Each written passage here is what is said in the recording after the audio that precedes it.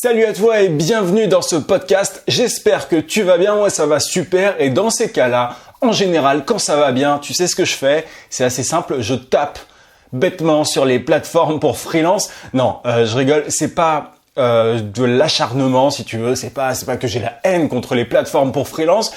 C'est juste que je considère, et tu le sais si tu me suis depuis longtemps, je considère que ces plateformes-là n'ont absolument rien de bon pour ceux qui veulent devenir indépendants. En général, c'est le premier truc que tu fais et tu vois, quand tu veux te lancer en tant que freelance, quand tu veux vendre tes services, le premier truc que tu fais, et c'est insupportable au final quand on y pense, c'est d'aller te connecter.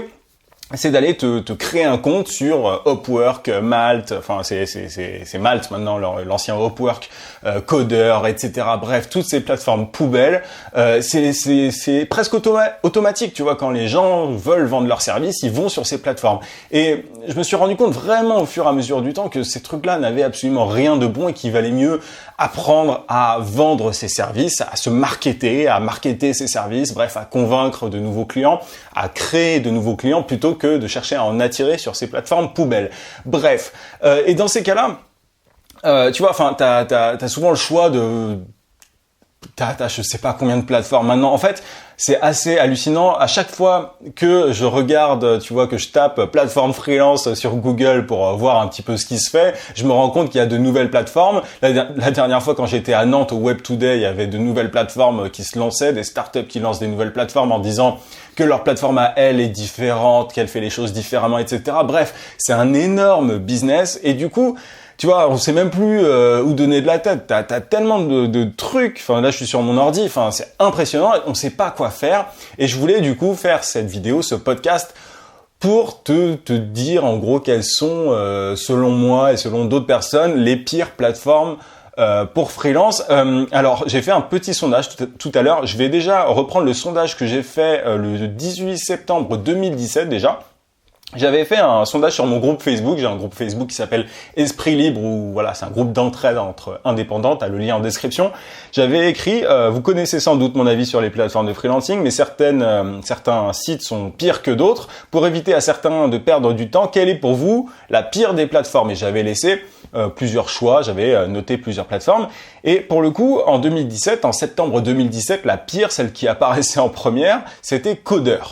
Tu connais peut-être le site Coder. Alors moi, j'avais regardé de temps en temps au début quand je me suis lancé ce qu'il y avait dessus. Et ce sont que des petites missions toutes pourries où les gens sont en concurrence. Donc il y avait 16 personnes qui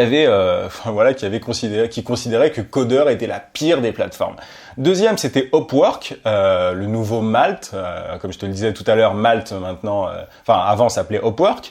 Ensuite, avec 13 voix, graphiste avec 10 voix, et ensuite, tu avais 5 € avec 6 voix. Tout à l'heure, j'ai refait le sondage, donc en 2018, on est le 19 juin 2018, et j'ai refait le sondage.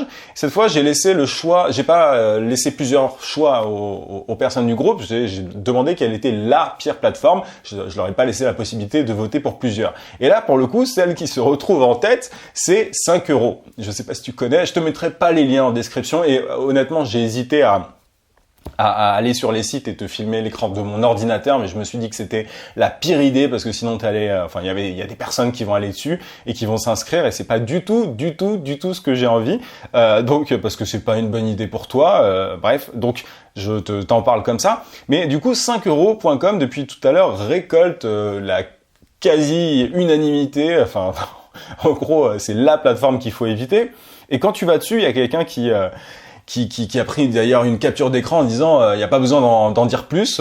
Sur la capture d'écran, il y a écrit votre site internet sous WordPress pour 5 €. Tu vois, alors le truc, il y a encore quelqu'un qui écrit, qui dit apparemment, ils offrent même des bounties avec. Enfin, tu vois, on en est à ce niveau de ridicule. Les plateformes pour freelance, et je vais t'expliquer pourquoi est-ce que je trouve ça absolument nul et pourquoi est-ce qu'il faut que tu évites. Je pense que je ne le dirai jamais assez. J'ai déjà fait pas mal de vidéos par rapport à ça, mais je pense que il faut le répéter. Ces plateformes-là, elles tirent les prix vers le bas. Pourquoi? Simplement parce qu'elles se placent du côté des entreprises. Elles ne sont pas là pour aider les indépendants. Elles sont pas là pour t'aider à trouver des clients. Ça, il y a un moment, il faut comprendre ça. Il faut se sortir ça de la tête. Malt, Codeur, Freelancer, bref, peu importe, je sais même plus combien il y en a encore. Kang, Creads, bref, je vais pas toutes les citer. Fiverr, toutes ces plateformes-là, elles ont un seul objectif, c'est de fournir des travailleurs, entre guillemets, aux entreprises, aux entrepreneurs. Moi, je me suis rendu compte de ça au bout d'un moment, tu vois, depuis que tout fonctionne bien pour moi.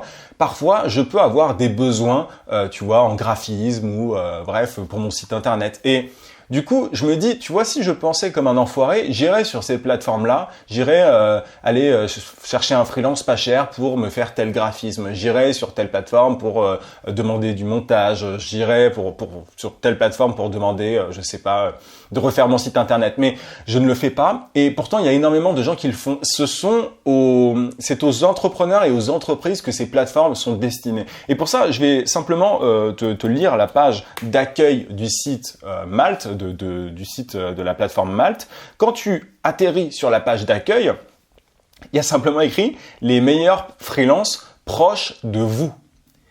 Toi, en tant qu'indépendant, quand tu arrives sur cette plateforme-là, quand tu lis ça, « Les meilleurs freelances proches de vous », si tu y réfléchis, c'est quoi la cible en fait de ce site-là? Est-ce que ça s'adresse aux freelances? Non, ça s'adresse aux entreprises qui ont besoin de freelance. Et on peut faire le test sur d'autres sites, tu vois. Alors je vais peut-être me foirer sur le deuxième test, mais de manière générale, voilà, codeur.com sur Google, tu trouves, enfin l'accroche de codeur.com, qui est une des pires plateformes, encore une fois, selon le sondage que je t'ai donné tout à l'heure. Je rappelle, pour qu'on me dise pas que c'est du putaclic, la première plateforme, la pire cette année, en tout cas, c'est 5euros.com, je crois, selon ceux qui sont dans mon groupe. Mais Codeur, du coup, quand tu regardes sur Google, il y a écrit « Trouver un freelance disponible gratuitement ». Gratuitement. Tu trouves pas qu'il y a un problème là?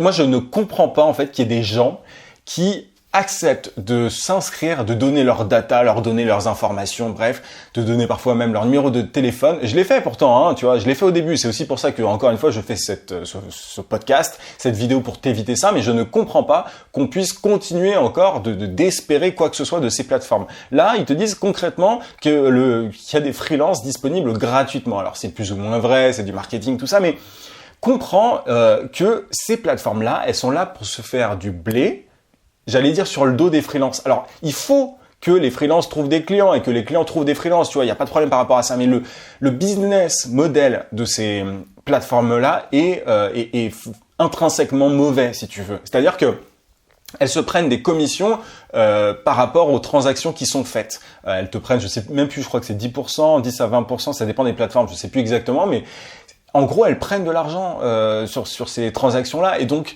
elles ont intérêt à mettre en relation le plus d'entreprises et le plus de freelances possible. Et en général, au lieu de miser sur la qualité, au lieu de se dire on va essayer de trouver que des freelances de bonne qualité, qui facturent correctement ou quoi, et des entreprises qui sont prêtes à payer décemment, elles se disent on va faire du volume, on va essayer de tout manger. Tu vois, tu as une espèce de compétition énorme entre toutes les plateformes.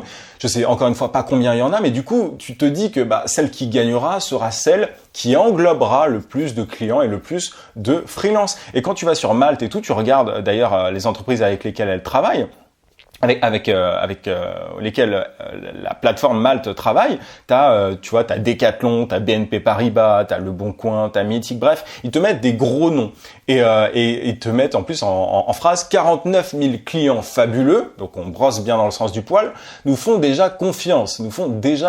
Donc en gros, ils essayent d'appuyer leur crédibilité, enfin d'améliorer en gros leur image auprès de nouvelles entreprises en mettant des logos de grosses boîtes du CAC 40, etc. C'est simplement une stratégie pour choper le plus de clients possible. Et à partir du moment où un business model est fondé sur le fait de choper le plus d'entreprises possible, t'imagines bien que les freelances derrière, on s'en tape un petit peu, tu vois, on s'en tape parce que il n'y a pas de limite de prix. Le problème dans le freelancing aussi, c'est que tu as des gens qui pensent que forcément, pour avoir plus de clients, il faut baisser les prix. Et comme c'est la jungle, il y a beaucoup de gens qui baissent les prix et on n'en finit pas. Et tu vois, aujourd'hui, je t'en parle de manière un petit peu énervée parce que je ne comprends pas que quelqu'un qui ait testé ça pendant 1 mois, 2 mois ou 3 se disent bon bah je vais rester, je vais espérer tomber sur un bon client un jour. C'est pas possible. Et en plus du coup ce qu'on fait c'est qu'on s'inscrit sur plein de plateformes, tu vois. Enfin je sais pas toi, je sais pas ce que tu fais aujourd'hui. Moi c'est ce que j'ai fait au tout début. Je me suis dit, ah tiens il y a telle plateforme qui a l'air bien, ah telle plateforme aussi elle a l'air bien. Du coup je me crée plusieurs comptes et au final qu'est-ce que tu trouves comme client? Rien du tout, que dalle. Évidemment tu peux en trouver un ou deux mais de mauvaise qualité. Mais bref ce que je suis en train de te dire c'est que ce business model des plateformes n'est pas fait pour toi, il n'est pas fait pour aller dans ton sens. Et il faut absolument que tu comprennes que tu dois te marketer toi-même. Les plateformes, en fait, sont en train de se transformer en nouveaux patrons. C'est-à-dire que ce sont des marketplaces qui mettent en relation des entreprises et des freelances. Et ce sont ces marketplaces, si elles prennent plus de poids, qui vont faire la loi. Est-ce que tu as vraiment envie que ce soit une plateforme sur laquelle tu peux facturer tes services 10 balles par jour? Est-ce que tu as vraiment envie que ce soit ces marketplaces, ces entreprises qui fassent la loi? Je pense pas. Et après, c'est une question de responsabilité. Il y a un moment, soit les freelances sont responsables et continuent d'aller sur ces merdes, d'aller sur ces plateformes poubelles pour que simplement pour que l'indépendance, pour que le freelancing soit simplement une nouvelle précarité, tu vois, je fais tout tomber, je m'énerve. Soit les freelances acceptent ça et continuent de donner leur putain de données comme ça sur ces sites, ou alors il y a un moment, ils se responsabilisent et ils se disent bon bah je vais me débrouiller pour trouver des clients moi-même. J'en ai marre en fait, moi si tu veux, de cette dépendance constante. On devient freelance, on devient indépendant pour ne pas dépendre de quoi que ce soit, de qui que ce soit. Alors certains vont me dire ouais mais toi tu dépends bien de LinkedIn parce que tu trouves tes clients sur LinkedIn, etc. Mais il n'y a pas que ça. Il y a un moment, si tu as envie de vraiment devenir indépendant, tu dois faire l'effort régulier, quotidien de te former, de savoir comment trouver des clients. Moi je peux trouver des clients par email, sur LinkedIn, sur Facebook, bref. Mais ne dépend pas d'un seul canal. C'est évidemment pareil sur LinkedIn. Si j'avais que mes clients sur LinkedIn à un moment, dans 5 ans, 10 ans, j'en sais rien. On ne sait pas ce que ça va devenir tout ça. Mais Malte, c'est encore pire. C'est-à-dire qu'ils ont droit de vie ou de mort sur toi. Ta visibilité, quand tu es sur une plateforme comme ça, elle dépend que de la plateforme. Si elle décide de te virer, et j'ai vu il y a pas très longtemps sur un forum quelqu'un qui s'était fait virer de Upwork, je crois, tu sais la version, enfin c'est pas la version américaine, mais c'est une plateforme freelance américaine, qui s'était fait virer du jour au lendemain sans vraie raison si tu veux. Donc si tu dépends de ces plateformes-là, tu cours un gros risque. Donc ce que je dis à chaque fois et ce que je vais continuer à dire jusqu'à ce que j'en puisse plus, c'est construis ta marque personnelle et cherche des clients via d'autres moyens. Ne dépends pas et ne sois pas un petit poisson dans ce grand aquarium. Je préfère être un gros poisson dans un petit aquarium, avoir une niche, c'est ça l'image, que de me retrouver en concurrence avec toutes ces personnes-là qui sont prêtes à casser les prix du marché, à se brader, etc. Encore une fois, moi, les prix que je pratique, je ne peux pas les pratiquer sur Malte, Freelancer, Codeur, etc. On me dirait mais t'es un fou.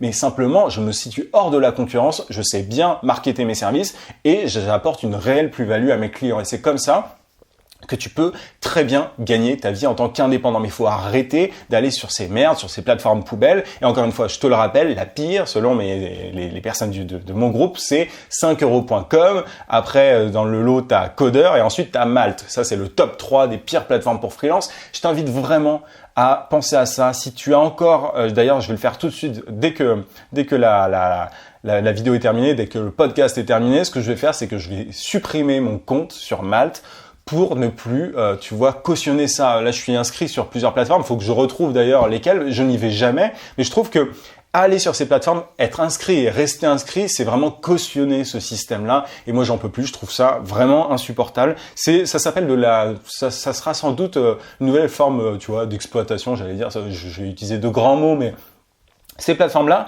elles peuvent avoir un trop grand pouvoir par rapport à ce qu'elles sont censées avoir. Et ça c'est pour le coup, c'est toi qui décides de leur en donner ou pas. Moi, je vais supprimer simplement mes identifiants, etc. sur ces trucs-là parce que c'est pas possible. Et si on leur donne trop de poids, derrière le freelancing, l'indépendance sera simplement un nouveau salariat, un salariat déguisé. Moi, tu vois, il y a certains freelances que j'appelle les nouveaux stagiaires.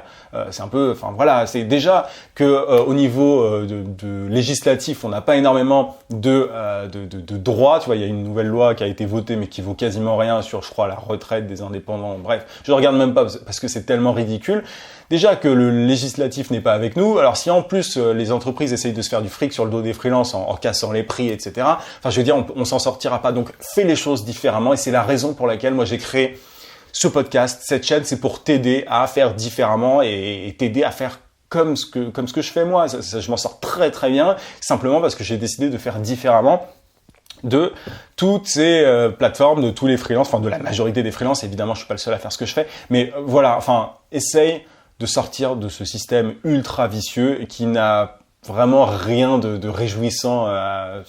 Tu vois, si ça continue, il y a vraiment rien de réjouissant à venir. Donc voilà un petit peu. C'était un petit peu un coup de gueule. J'espère que ça t'a plu et que n'hésite pas à me dire en commentaire. Je sais qu'il y a toujours des exceptions. Il y a toujours des gens qui chopent un client ou deux, ou il y a des gens qui vivent sûrement aussi, qui gagnent leur vie grâce à ces plateformes-là. Mais je pense vraiment que c'est une minorité pour le coup. Donc, mais n'hésite pas à me dire ton avis en commentaire. Laisse un gros pouce si t'es sur YouTube et abonne-toi à la chaîne si c'est pas déjà fait. Je te rappelle du coup, si tu veux sortir de ce système-là, que tu peux télécharger ma formation vidéo gratuite pour trouver des clients rapidement en freelance. Pour ça, tu cliques juste en haut sur le i, sinon tu as le lien en description sur le podcast. C'est un premier pas pour sortir de ces plateformes, ces plateformes à bas prix, ces plateformes qui sont vouées, je vais arrêter. T'as compris ce que j'en pensais. Je te dis à demain, 18h comme d'habitude. En attendant, n'oublie pas, vis sans limite. À plus.